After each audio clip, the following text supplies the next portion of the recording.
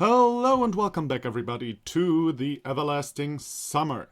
So, without much words, let's just go and visit our crazy friend, Shurik. Oh, and by the way, I got a comment on my second video, which I uploaded yesterday, I think, and it's sad that Genda is a person out of Evangelion, which I haven't seen. I'm sorry to all the anime fans out there, you probably hate me now, but I've never seen Evangelion. Um, and therefore I didn't know that person. Which of course begs the question, what is up with this place? So it really doesn't seem like it's just the past, you know? If Lenin is replaced by a person out of Evangelion.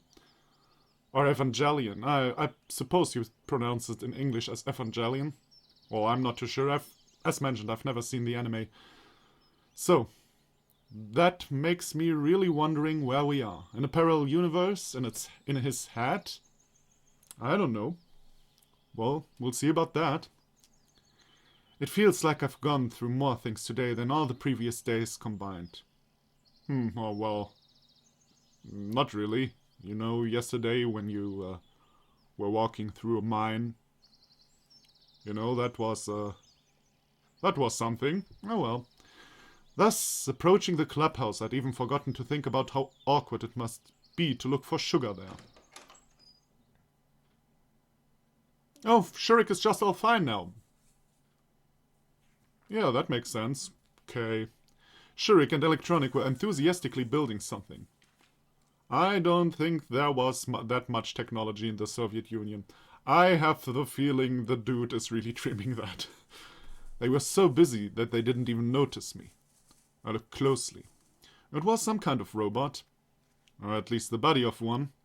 Moreover, this robot was female and had animal ears. Oh, I didn't even realize that up till now. Yay, cat ears. Ha! I didn't want to make up theories about the purpose of such a device of luminaries of Camp Cybernetics. Even though the design looked practically workable, I had my doubts this robot would ever able to conquer Earth, or at least being able to do anything on its own. But they seemed to be enjoying the process more than the end result itself. Yes, that's a very wise way of looking at life. What was the saying again? The way is the goal? Is that what you say in English as well? Confucius or no, wasn't it? It wasn't Confucius. It was the other one. Uh, Tao Te King. Ah, damn it. I'll put the name up there if I remember. And that was something we shared, even though I didn't want to admit it. On the other hand, they weren't afraid of possible failure, criticism, or jokes. They were working towards their goal without paying attention to others, who would call it unrealistic or even absurd. Oh, it looks like I'm truly comparing them to luminaries of this science. Hey guys, I greeted them uncertainly. Oh, Semyon, come in, we're always glad to see you. I was actually already inside. You know. Sorry for what happened yesterday. I barely remember anything but, well, never mind, it's okay. And what brings you to our humble abode? Electronic looked at me slyly. Sometimes I feel that he makes such a face when he knows something about the other person. Something he can use in the right moment. Sugar. I need sugar. An image from an ancient video game suddenly came into my mind, where some kind of unit, like a builder or something, cried out with all of its 5-pixel stature, "Gold! We need more gold!" And yet another reference I don't get. "We got it," said Electronic calmly. "Why would you want it?" I felt that I shouldn't explain to Shurik that they want to bake a cake for him. I shouldn't spoil the surprise. I don't know. Olga told me to get some. Okay, hang on. Electronic disappeared behind the door into the next room. And why do you have sugar here? Why not in the canteen? When the food truck came last time, it was the last thing to unload. And given that our building is the closest one to the entrance, they decided to leave it here to save some effort. That's reasonable, isn't it? No, not really, but okay. The door opened, revealing Electronic hauling a huge bag behind him. I really don't know what the size of the cake will be, but that was obviously too much sugar. Well, thanks, but I don't need it all. But where would we put it? Electronic gave me a surprised look. We don't have a place for it. You asked for sugar, so take it. It seems that the previous smile of him wasn't there without a reason. Maybe you'll help me then. It's not that far to carry. We're busy. He pointed his hand at the robot. I gazed at Shirik. He owed me after all. He hesitated and then looked away in shame. I sighed, took the bag and headed to the door. Yeah, next time you get yourself out of the mines by yourself, you douchebag. Thanks anyway, I said at parting, exerting myself. But I didn't make it too far. Just after a mere 20 meters, I had to put the bag down to have a rest.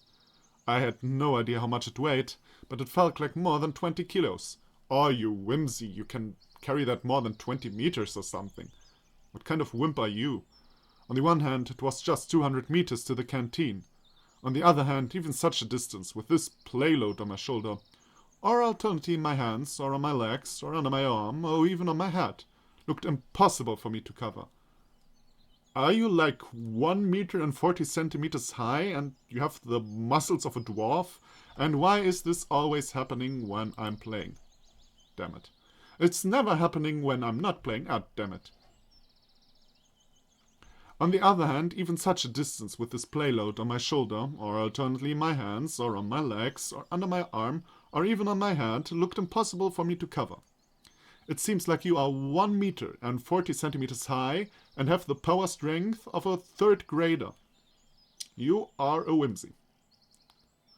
As I resigned myself to move in minor sprints with prolonged pauses between them, so I could get there by night at least, I heard a voice behind me. Maybe I could help you? I saw Lena in front of me. I don't think you can.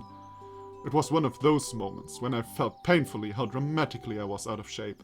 Yeah, like for real, I mean, I am not in shape, like really not. And I'm not going to the gym or anything. But come on, 20 kilos? It's like a bag of water bottles, you know what I mean? Don't you even go buy your stuff? What do you do when you buy water? I don't know. I can bring a hand cart. A hand cart? Why didn't I think of that myself? Yes, that would be great. Wait here, I'll be right back. She smiled and ran in the direction of the square. What would I do without her? It's good that Lena isn't always that shy and can take the initiative sometimes. I started to think. She seemed quite unusual now, with no trace of shyness on her face and actually the complete opposite. Smiles and confidence. I mean, she just needed to get to know you. The offer of help wasn't something extraordinary by itself, but getting it from Lena, well, I mean, that came out wrong, my friend, Semyon, that came out wrong. Like, why wouldn't she help you? I mean, I know what you want to say. You want to say, she's so shy, she couldn't even get out the sentence to help you. But still, that was douchey. A few minutes later, she came back with a smallish handcart. I put the bag down on it. Thanks. Don't mention it. She blushed and looked down. Oh, the Lena we all know is back. So, I'll go then. Yes, see you. And thank you again, I shouted after her. Sometimes I felt like there are two different people living inside of Lena. But the second one, confident, happy, and sometimes even bold, only appears when she talks to me. I think you're a bit full of yourself, my friend. Or am I making things up again? Yes, you do. Probably, at least. I thought that it would be better if I get all the ingredients at once, so I headed to Olga's cabin with the handcart.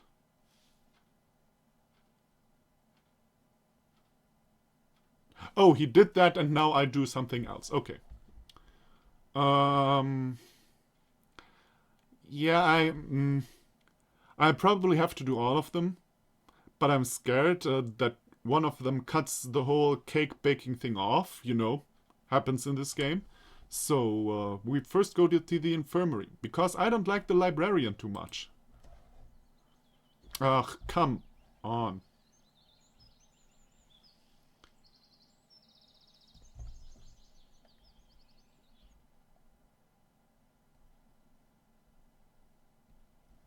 So, we'll first go to the infirmary, because, it might happen that we can't go anywhere afterwards because we're cut off because someone has gone missing or something.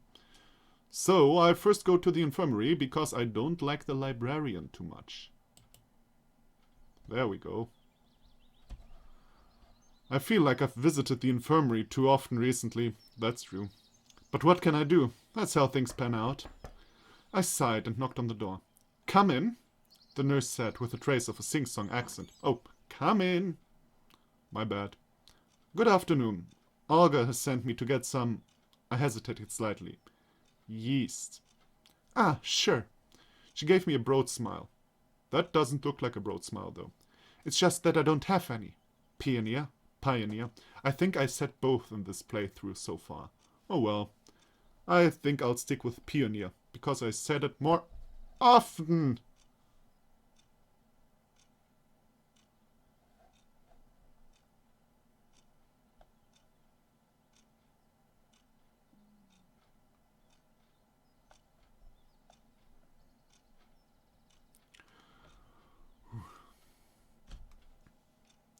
How so?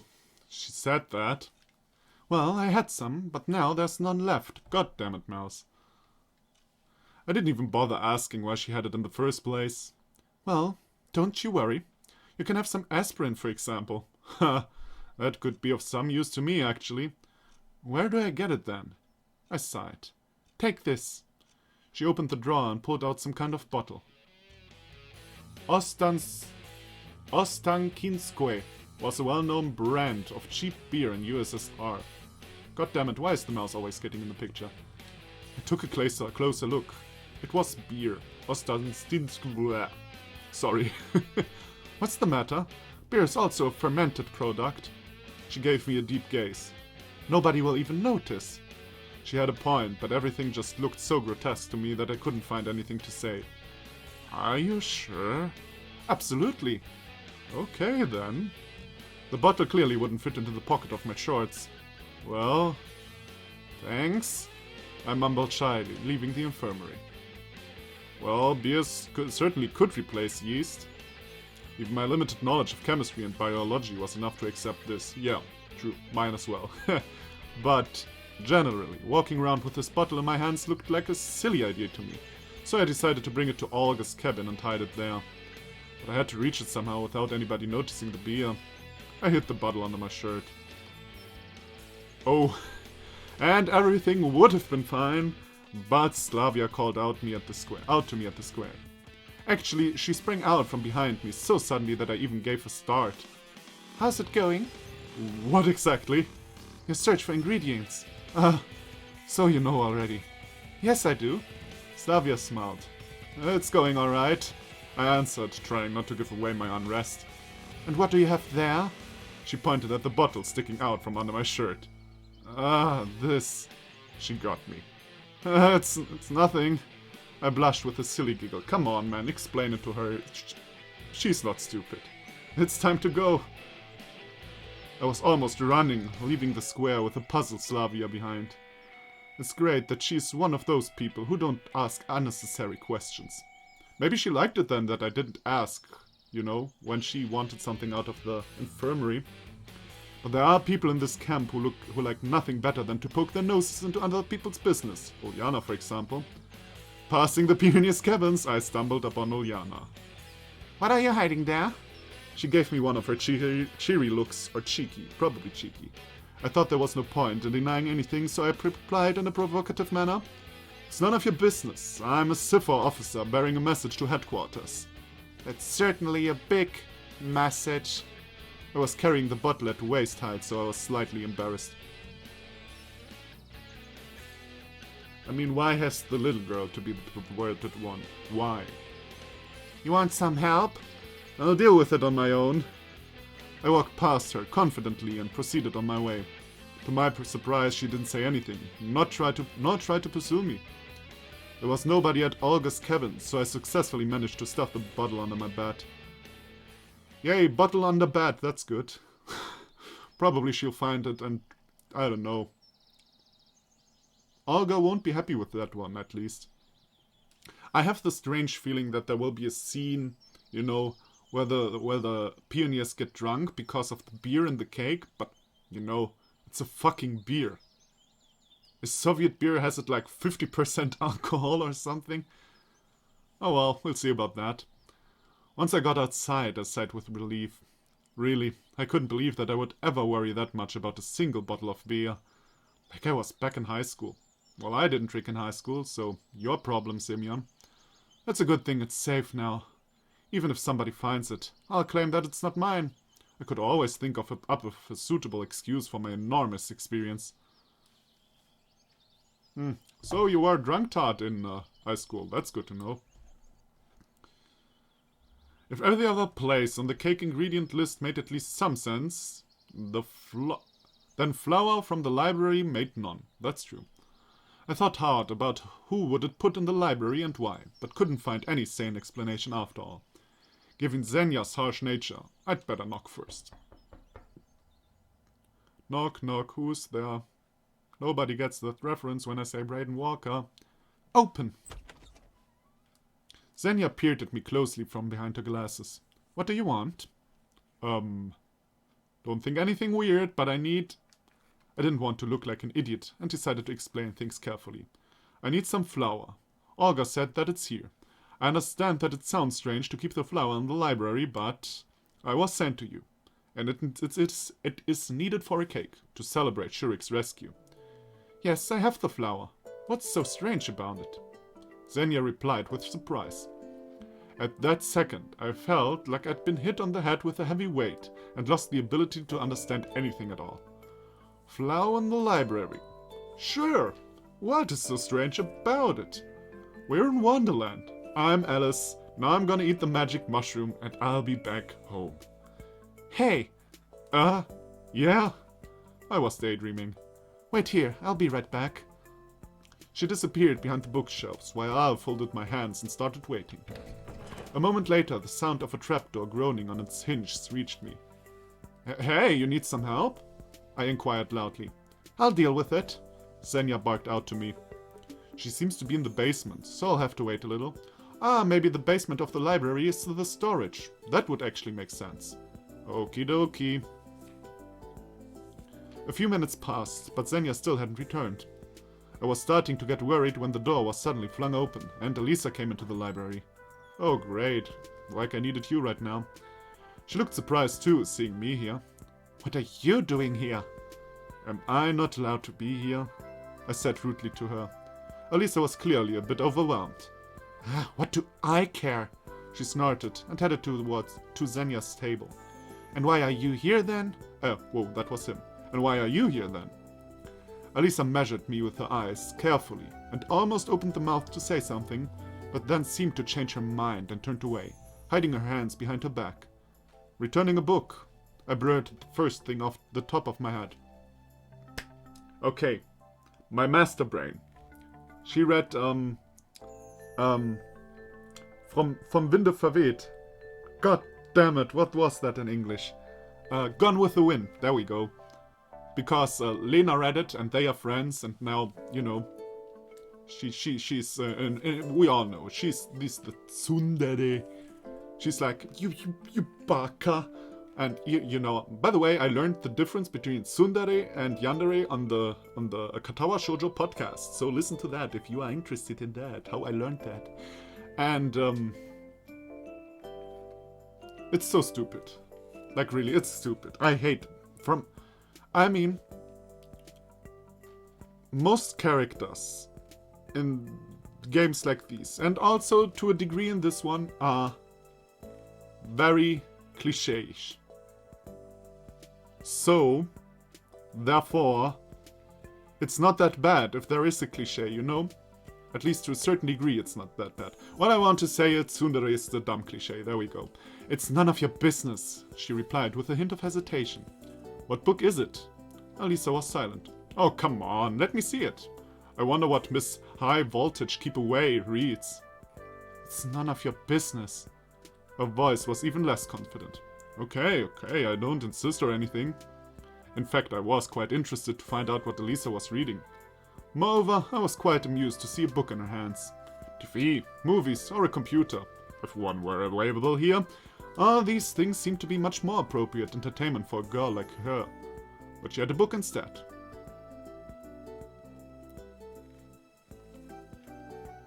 Ha. On the one hand, I really want to know, just, it's Gone with the Wind.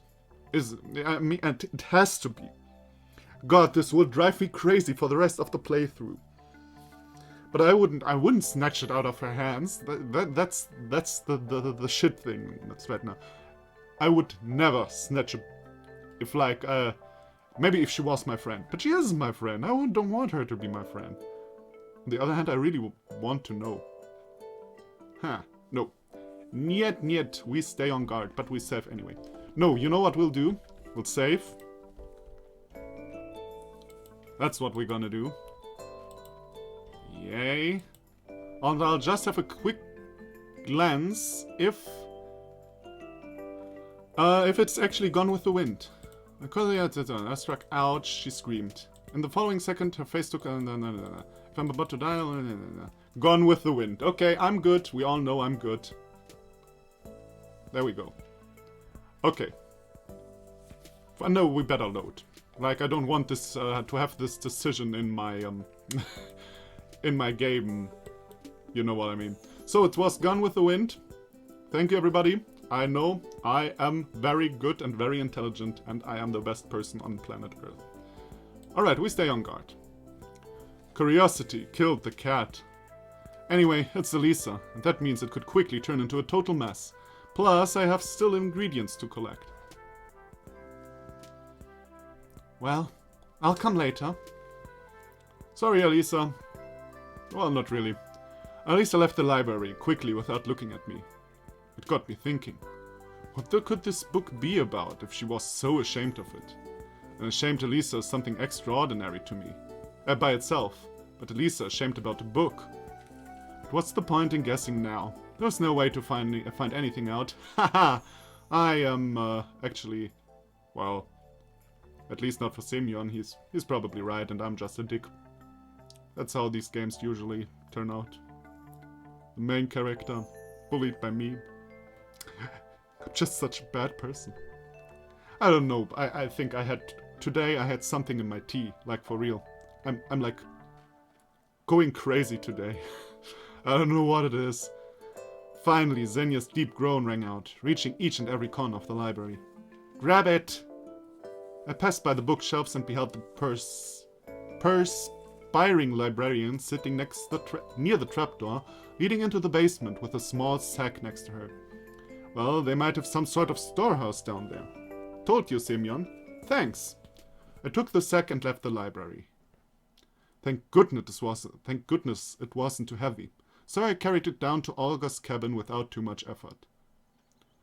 Finally, it seems that everything had been collected. I took the handcart with sugar outside and put the sack with flour in it, followed by the 2 baskets of strawberry that somehow fitted in between. And the beer was hidden under my shirt, just in case. The day was coming to its end, so I had to hurry, as cake itself will need some time to bake. Of course, I'd rather enjoy lying down, closing my eyes, and getting a decent sleep, but I just couldn't let Olga down. Indeed, after all the trouble I'd gone to, I even felt personally responsible for the success of this event. Yeah, I know that feeling. I mean, if you have worked for it, you wanted to succeed. That's normal. Coming to the square, I stopped for a moment to catch my breath. It wasn't that the cart that was heavy. I think it wasn't that the cart was that heavy, I suppose. It ran smoothly without any noticeable effort required. It was just that any physical exertion caused pain to me now. Both a physical and mental one. Oh, you're right, you rode today. Forgot about that. I sat down on the bench and closed my eyes for a moment. What's that? I didn't really give a damn who it was. Probably just a fellow peony girl taking an interest in an unfamiliar companion in distress. What are you talking about? I asked her tiredly. She didn't reply. Those are the ingredients for a cake. Do you like cakes? I don't know. What, you've never tried cake? I don't know. Obviously, the girl didn't get what I was talking about, but it didn't surprise me at that moment. I really wasn't interested in the conversation. I was so tired that I had zero intention of classifying external distractions and tagging them as either common or uncommon. I see. Come down the canteen later and have a bite. Really? Really. And what are they made of? What? I asked indifferently. These. Cakes. Well, some flour, some sugar, various fillings. That's a strange question. Doesn't she know what cakes are made of? And you have it all here? Yeah, sort of. He's dreaming, isn't he? What's happening now? And sugar? And sugar. Could you lend me a little? What for? I thought it was over the top. A sudden gust of wind made me grab the cart instinctively and open my eyes. However, nobody was there. Am I daydreaming? I noticed, though, that the sugar sack was untied and a small heap of it had poured out. Could it be that she was scared by the wind and ran away? Unlikely. But still strange. Having fixed the sack, I got up from the bench and continued on my challenging strawberry way. There wasn't a single person near the canteen. No wonder. Dinner was still an hour away. I brought the handcart to the rear exit and handed the foodstuffs to the camp cook. She must have already been told what to do with them, as she gave me such an unpleasant look. I'm not sure how long it takes to bake a cake, but it seems she had to hurry. I just wanted to relax for the remaining time up until dinner. Yeah, it's really not your fault in this case. Well, except that you're a wimp, but I guess you can't do anything about that right now. In short, I was so tired that I just sat on the steps and waited. And you sleep again. My eyes closed themselves. I guess I got so tired throughout the day that I didn't even notice how someone came up to me until they patted me on the shoulder. Oh, it was you. Did you also take the sugar? It seems like you are eating too much sugar. Hi! Miko was standing before me. Yeah? I didn't need a mirror to imagine the expression of skepticism and annoyance on my face. Oh, excuse me, I must have interrupted you. No problem, I was just sitting here. Ah, alright then. Miko beamed with a smile.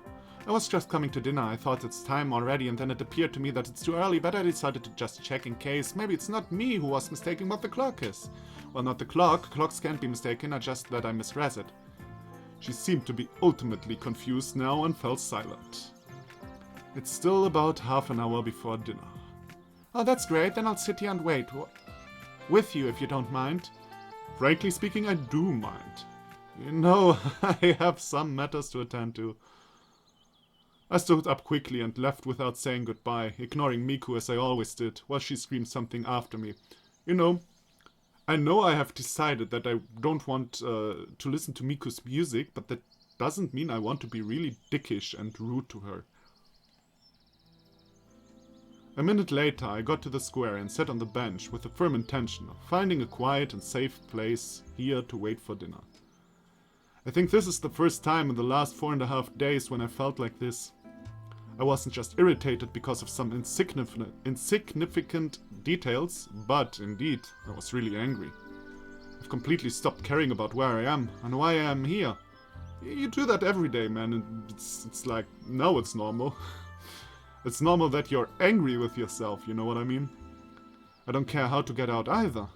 What's driving me mad is that I always have to carry out some stupid task given by our camp leader, and it's always me who gets into stupid situations, and sometimes even ends up looking like a clown. If all of this is some alien trick, or a plot of the universal mind, I better consult with a psychiatrist. I gritted my teeth and clenched my fists. The most annoying thing is that everything that happens seems to happen by itself somehow. I would be happier not having to carry around bags of sugar that weigh a ton, but I had no choice at all. I mean, any other option would lead to much worse consequences than a muscle strain or hurt pride. Who are you angry with? Uliana was standing in front of me and smiled slyly.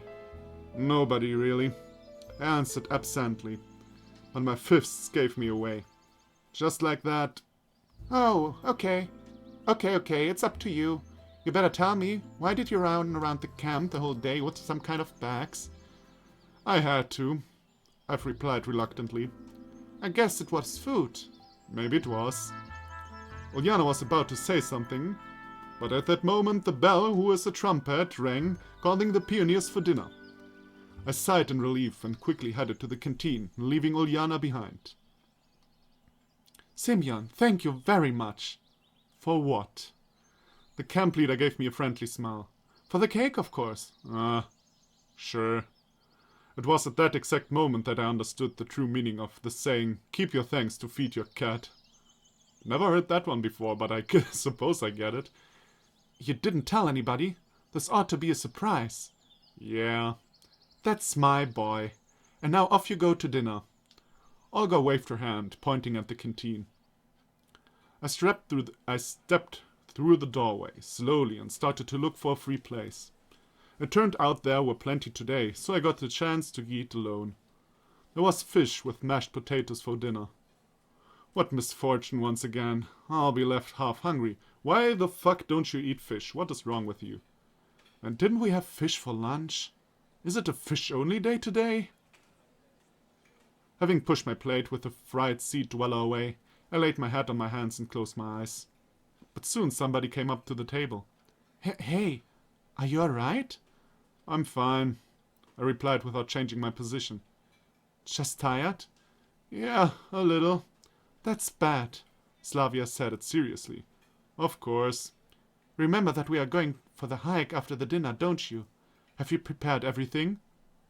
Which hike? What? Where? I opened my eyes and lifted my head up instantly. Lena was standing by Slavia. The hike. She was surprised. Didn't you know? No. I put my head down on the table and covered it with my hands. If only I could sink into the crowd right away. The girls remained silent. I was left alone with my thoughts for some time, and that was fine by me. Maybe I could have sat that way until the end of dinner time, but the strong voice of Olga was heard from the opposite end of canteen. Guys! To celebrate the miraculous rescue of our friend and comrade Shurik, we baked this cake for you all. I lifted my head idly and looked towards the camp leader, but couldn't see anything beyond the pioneers' backs. A second, just a second. And nothing about me. Nothing about me rescuing Shurik or gathering the ingredients for the cake. That's what you call camaraderie, my friend. You are really selfish today. Yeah, I have to say, this is really the first day I don't really like you. Oh, whoops, my bad, sorry. As if that's how it ought to be. Well, it would be wrong to expect anything else from our camp leader. Let's go, or we won't get our share. Slavia smiled. Let's go, Lena agreed. Yeah, sure. I got up reluctantly and tagged along behind the girls. As we approached the crowd of pioneers, Olga was just putting the cake in the center of the table. Anyway, now that he's here, she probably will mention it. It's like, it's never about me. And now she's probably going to say, here is our hero Semyon. And now? Or maybe I'm just again, just talking bullshit. The camp leader wasn't able to finish as Uljana rushed out from the pioneer crowd and dived into the cake. She managed to nibble it a few times before she was pulled away. She was kicking and screaming. I stared blankly from the outside at all this drama. Alisa smiling, Lena picking up some cream with her finger, all the furious pioneers around. I felt completely out of place here. I thought that if I closed my eyes now and opened them again, here I am, back to the safety of my apartment in front of a computer. And it didn't work. I blinked, but nothing changed. Only the noise and the confusion became sharper. Uljana, that's the limit. Well, in fact, behaving like this is a bit over the top, even for her. No, not really. She has done way worse things, as of now, really. Shurik broke into the conversation. Or is it a current material, Marshall? Please, Olga, since the cake is celebrating my return, it's no big deal. He hesitated. It doesn't matter. The camp leader turned to Uljana. And you, today I'm going to punish you to the fullest extent, so you'll behave next time. Whatever. She snorted and turned back. You won't be going on the hike with us tonight. As if I wanted to. I was more than willing to switch places with Uljana and skip the hike instead of her. But who knew? If I had guessed beforehand, I'd have been the first one to go berserk and smash the damn cake. You're a dick today, Hiso. Wow. That was dumb. Semyon, there we go. Sorry, I'm just so used to calling Hiso an idiot and a douchebag. It's kind of a routine back from Katawa Shoujo. After a couple of minutes of confusion, the pioneers started to disperse. You have to get ready too. There'll be a lineup at the square in half an hour. I looked straight into the eyes of the camp leader, trying to express my attitude non-verbally, but it seems that I failed. Don't be late. Uljana was sitting at the table when I approached her on my way to the exit. So, why did you do it? She looked very upset, but she had the right to be so. I wanted to, Uljana replied abruptly. So, you're happy now? Of course I am. And you, good luck with the hiking. She smiled mischievously, sprang up and rushed out of the canteen. Well, a little bit of luck wouldn't hurt. Walk and you shall reach, is what exactly this proverb that kept whirling in my head all the way down to the camp leader's cabin. It was exactly, now the sentence makes sense. It was exactly this proverb that kept whirling in my head all the way down to the camp leader's cabin. Somehow I just couldn't manage to argue, to pretend that I'm sick, or to just skip with it without a reason. The events of this day taught me submissiveness. Yeah, well, okay. Although sometimes whatever was happening made no sense to me. As I walked in, I had a thought. Well, in fact, how should I get ready? Clothes? I only have an overcoat and a pair of jeans. Anyway, I forgot to ask whether it's going to be an overnight hike or not. I couldn't think of anything better, so I grabbed the sweater that I had on me when I arrived in the camp. The night might be fairly chilly, and shuffled slowly off to the square.